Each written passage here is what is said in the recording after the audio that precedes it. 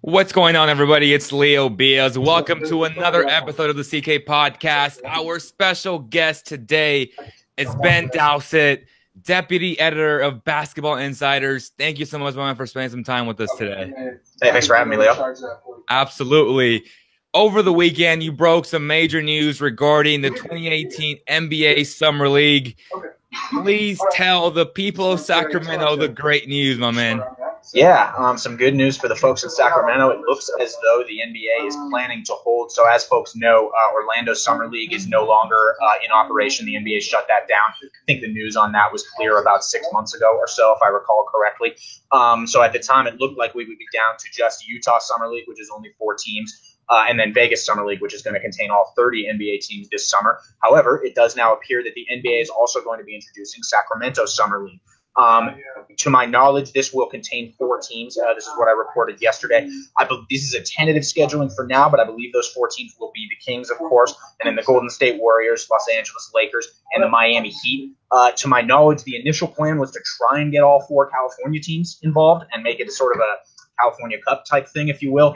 The Clippers, for whatever reason, were unable, and I don't know exactly what the reasoning behind that was. So the Heat were brought in to replace them. To my understanding, the teams could still be in flux to some degree, but that was my initial understanding for now. What do you think this does for a city like Sacramento? I think it's great. You know, I haven't been there personally, but you hear fantastic things about the arena, the fan experience, the general game off experience over there. And I think this is just another good opportunity to bring that to maybe not a full TNT playoff national audience, but at the same time, there is an audience that watches, a national audience that tunes in for these types of games, especially for teams with developing players, teams that want to see their young guys coming up and things like that. I think it's great. And I think it's, a few folks commented when I made the report yesterday that this could potentially be a precursor to attempting to get an all-star game in Sacramento, that sort of thing. I absolutely think this could be down those lines. So you mentioned no longer in Orlando Summer League. So and we know as of right now that the Las Vegas Summer League will be from the 6th through the 17th. Will this be before or after that specific week? Don't quote me for a 100% confirmation on this, but based on it doesn't make any sense to do it after, based on how free agency tends to go and things like that. And considering when the draft is, if you look at the dates, and then when Vegas Summer League is, it only makes sense for this to run in the week in between those two, just like the Utah Summer League runs. I would expect they'll run on similar days, maybe not the exact same days. Maybe they'll try and mix it up so there's games on different nights. But I'd be surprised if it ran at any other time. But like I said, that's not officially confirmed at this point. Right on. That's great news, my man. Thank you so much for breaking that. And I know a lot of people in Sacramento are stoked right now. They get to watch their young talent. Harry Giles will be playing for the first time in a Kings uniform in the Summer League. So maybe that's a nice debut. What do you like, and what have you heard about Harry Giles thus far? You hear a lot of good things, honestly. You hear a good amount about how he's kind of progressed in his time off the court, and that's a big thing, right? This is spending time away from the court is really, really difficult for players who have spent their entire lives not only playing but being stars while they're on the court. And then all of a sudden, life changes a whole lot when you get to this level and when things happen, like what happened with him. What I continue to hear is that he's responded to that extremely well. He's kept things on an even keel. He's kept things positive. And that's really, for now, given, as you mentioned, we haven't seen much of him on the floor. That's all you can really ask. All you can ask is that a guy maintains the right attitude and the right outlook, and I've heard that consistently. So I want to move on and talk about the NBA playoffs. Before we talk about the NBA draft, I've been very disappointed with Ben Simmons and the 76ers, man. There are so many reasons why they are down 3-0, but to you, what is the biggest reason why they're down 3-0? Boy, that's a very good question. I think if I had to single out one single largest reason, I would say the play of Joel Embiid. Actually, I don't think it's been Ben Simmons' play. The number has been going around. I think Zach Lowe tweeted it out yesterday that all his post-ups where he's either shooting or passing to a shooter are leading to barely half a point per possession. That's abhorrent. You almost can't get that bad in the NBA. The Sixers need more than that from Embiid in the post. And to be clear, Boston has done a very good job combating that. Aaron Baines has done a fantastic job. Their team schemes helping in the right spots have been really good. They've helped off the right shooters. But I do think they've needed more from Embiid. In an overall sense, though, I do think we're seeing a bit of the struggles when a team like this Philly team, which is extremely talented and excellent, and they're going to continue to grow over the next several years, when they run into something, a matchup that really takes them out of what they want to do. We know how Philly wants to play.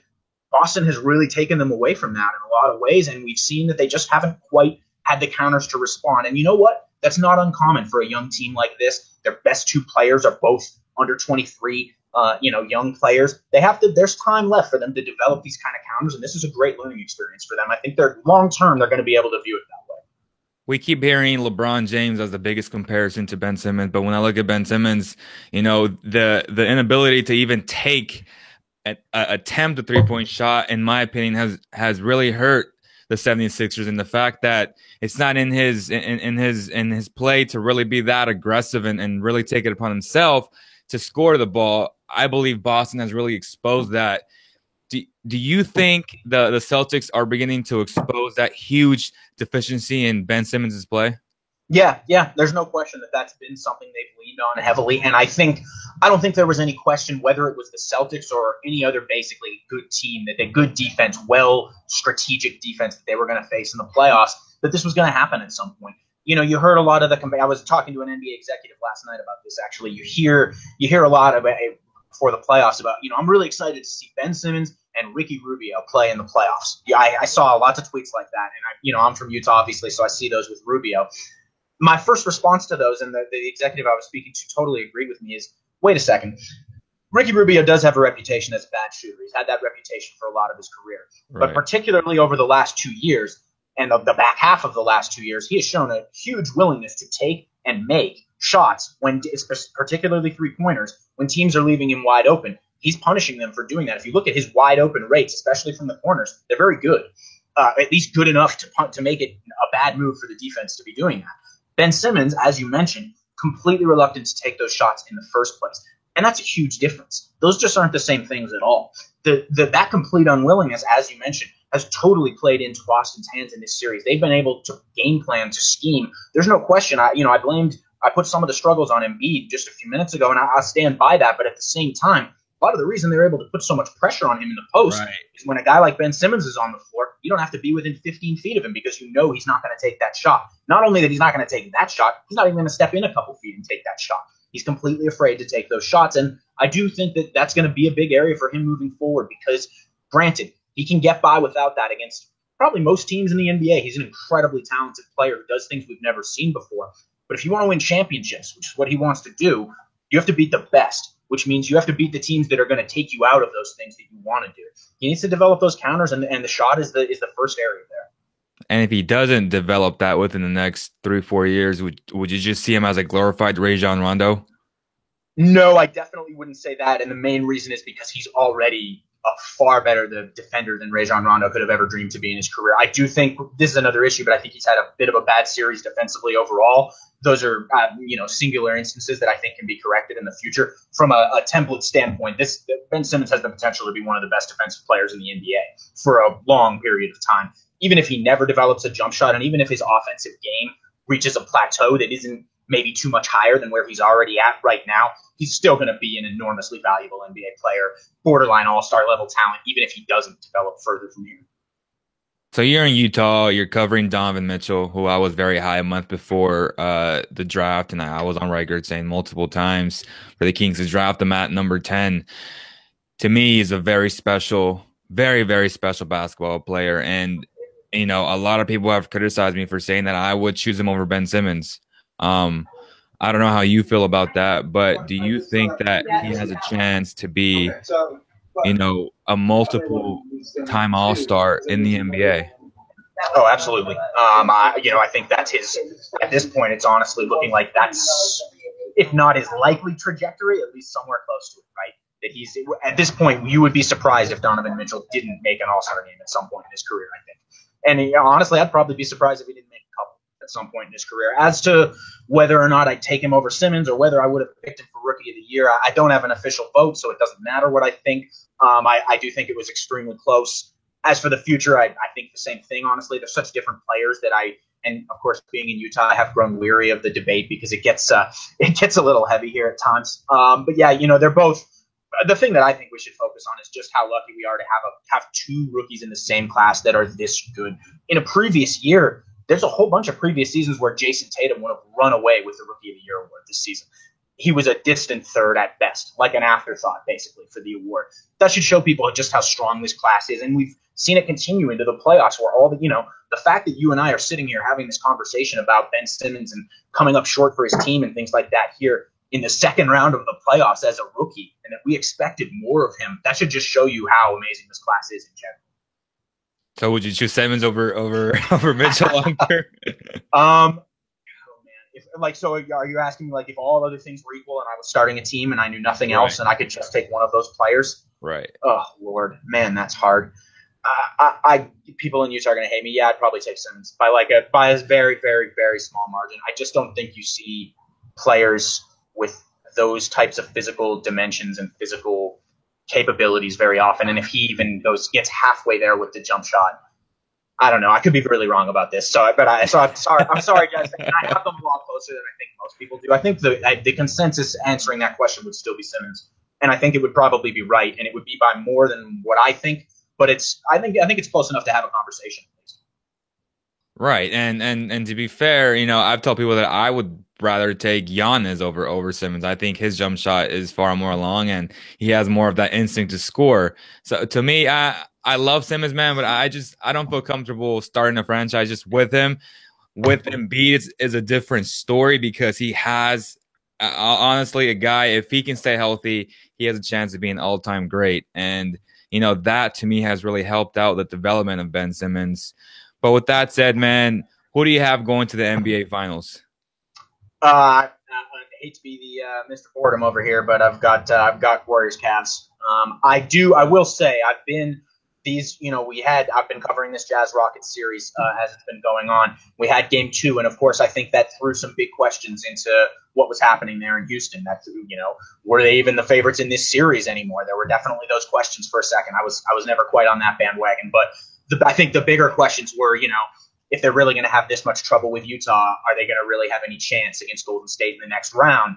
Well, for me at least, games 3 and 4, from that standpoint, have been really encouraging. Like if you're someone who wants to see a really competitive Western Conference Finals, I think the last couple games in Utah have been really encouraging because the Rockets have played a level of basketball that I think everyone needed to see from them, and I think we have seen it. They have been so good over these couple games. I'd really like to believe that they have a chance to make this a good series against Golden State, and I do. I think my pick is going to be in 6 games, assuming that both those teams close out their series as we expect and everything. But I still have the Warriors winning. And at this point, assuming that Boston moves on and eliminates Philly in the Eastern Conference, I don't think they have any chance to really even give the Cavs much of a problem. I think we're going to see the same finals again, and it's going to be the same result again, unfortunately. So do you trust the nucleus around LeBron James to sustain that type of shooting? Enough to get them to the finals, yeah. I'm not enough to win, but yeah, definitely enough to get them to the finals. I think they have too much mastery over Toronto at this point. I think that series ends tonight, and then whether the Philly series ends tonight or in Game 5, I do think it's over by Game 5. Boston advances, and Boston is a fantastically coached team. We've been reading nonstop articles about how great Brad Stevens is, and that's not to say I disagree. I absolutely agree with that, but there's a bit too much of an edge there for Cleveland when they get there, and I think that's probably a 5-game series. I'll give 1 game because of my respect for Brad Stevens, honestly. So when LeBron James loses to the Warriors in the finals, this is my last question. Do you think he leaves Cleveland? And if he does, where to? Gosh, that's the big question, right? All year, my answer was yes. I think he's gone. And of course, that's just based on speculation. None of us knows. We should be clear about that. Right. If Brian Windhorst doesn't know, none of us know. None of us, nobody except LeBron. Hell, he might even not know. That said, I think it's more likely than not that he leaves. I think LeBron realizes that he's coming to the twilight of his elite years as the best player in the NBA, or one of the 2 or 3 best players in the NBA. He wants another ring on his finger.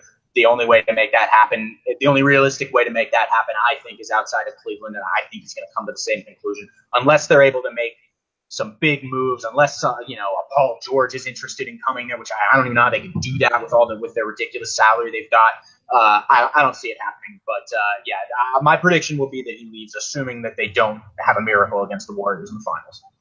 So I lied to you. There's one last question. So with the hire of the new Suns coach, him having the connection to Luka Doncic, do you think it's fair to assume that the Suns will, draft Luka Doncic over DeAndre Ayton?